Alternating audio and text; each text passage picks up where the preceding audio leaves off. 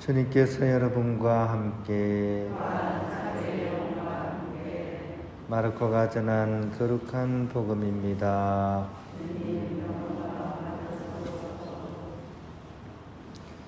그때 예수님과 제자들은 호수 건너편 게라사인들의 지방으로 갔다.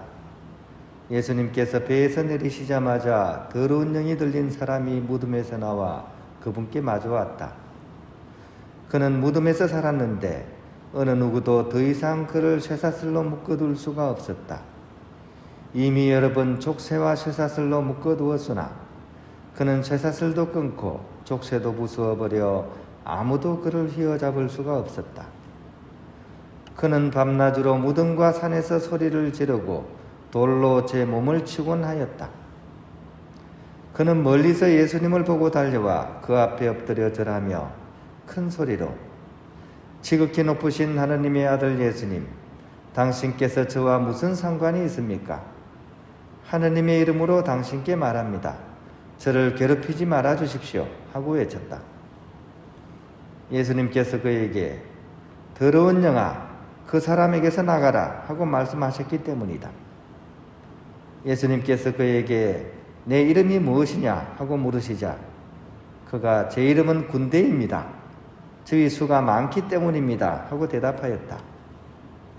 그러고 나서 예수님께 자기들을 그 지방 밖으로 쫓아내지 말아달라고 간곡히 청하였다. 마침 그곳 산쪽에는 노아 기르는 많은 돼지떼가 있었다. 그래서 더러운 영들이 예수님께 저희를 돼지들에게 보내시어 그 속으로 들어가게 해 주십시오 하고 청하였다. 예수님께서 허락하시니 더러운 영들이 나와 돼지들 속으로 들어갔다. 그러자 2,000마리쯤 되는 돼지떼가 호수를 향해 비탈을 내리달려 호수에 빠져 죽고 말았다. 돼지를 치른 이들이 달아나 그 고을과 여러 촌락에 알렸다. 사람들은 무슨 일이 일어났는지 보려고 왔다. 그들은 예수님께 와서 마귀 들렸던 사람, 곧 군대라는 마귀가 들렸던 사람이 옷을 입고 제정신으로 앉아있는 것을 보고는 그만 겁이 났다. 그 일을 본 사람들이 마귀 들렸던 이와 돼지들에게 무슨 일이 일어났는지 그들에게 이야기해 주었다. 그러자 그들은 예수님께 저희 고장에서 떠나 주십사고 청하기 시작하였다.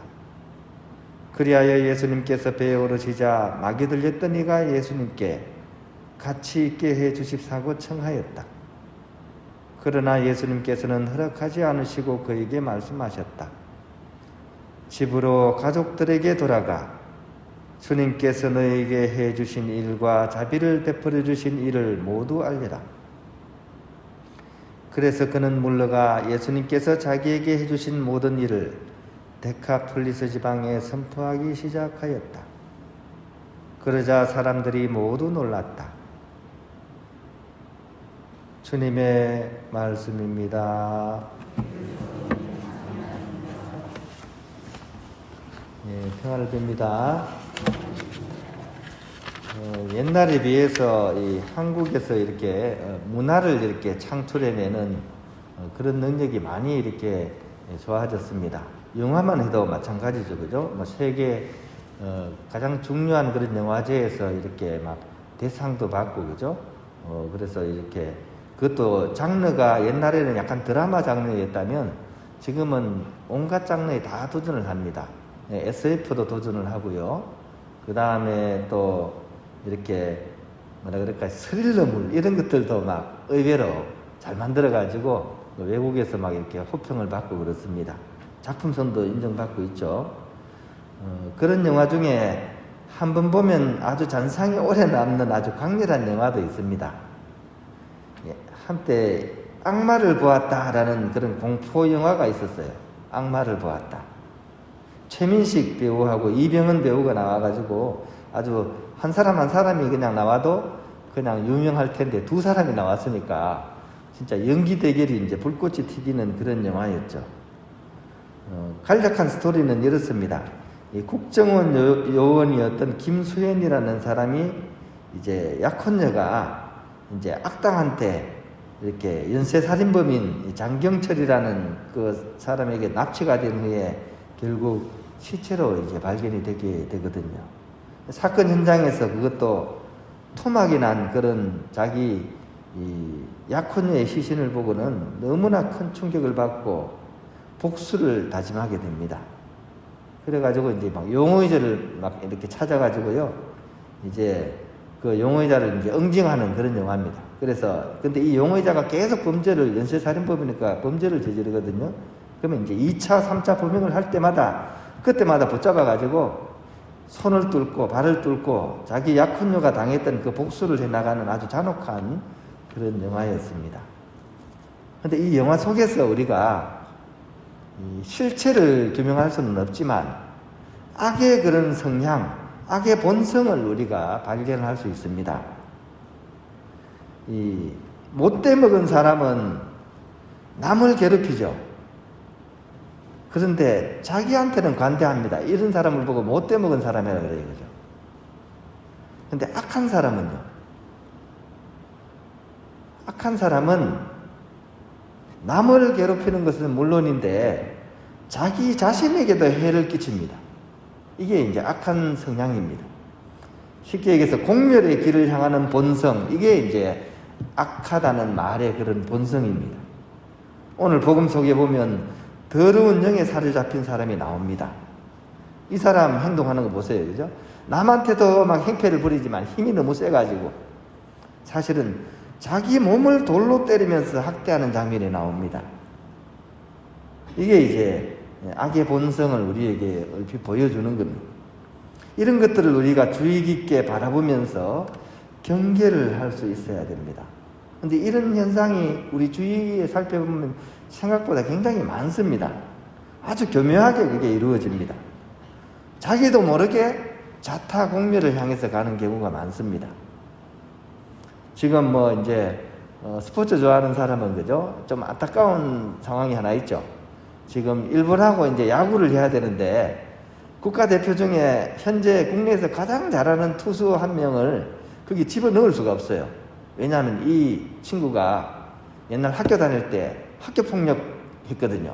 후배 막 때렸거든요. 그래가지고 이 유능한 선수를 거기 못 넣게 되는, 선발 탈락을 해버리는.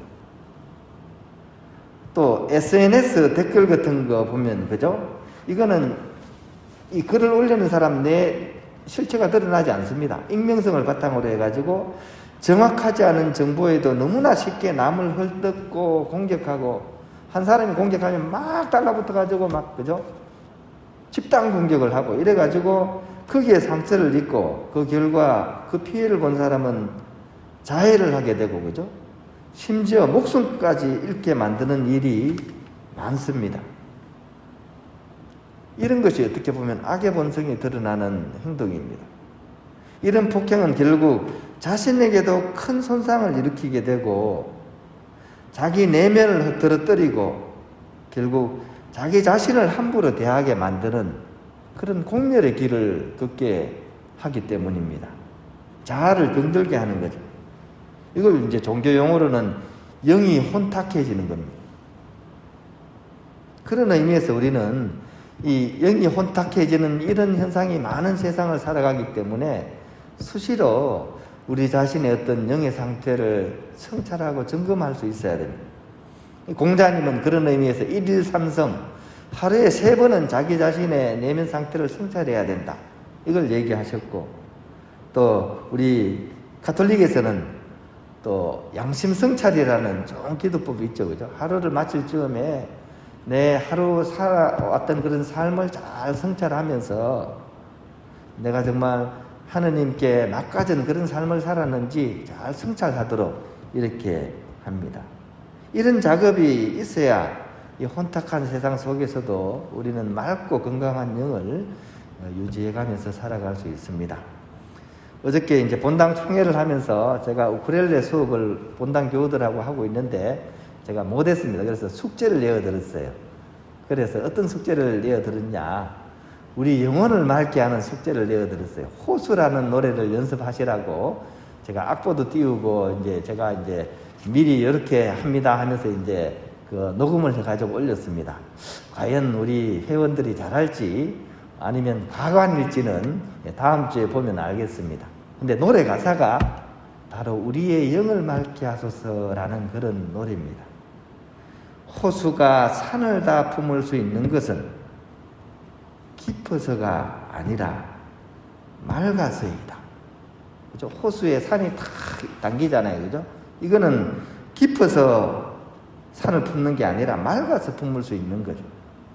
우리가 주님을 안을 수 있는 것은 우리 가슴이 넓어서가 아니라 우리 영혼이 맑아서이다. 그래서 주님 내 영혼을 맑게 하소서, 내 영을 맑게 하소서 하는 이런 가사입니다. 우리 우쿨렐레 팀이 연주를 열심히 해가지고 나중에 우리 교우들께 들려드릴 수 있는 그날이 올 수 있도록 열심히 연습을 하시면 좋겠습니다.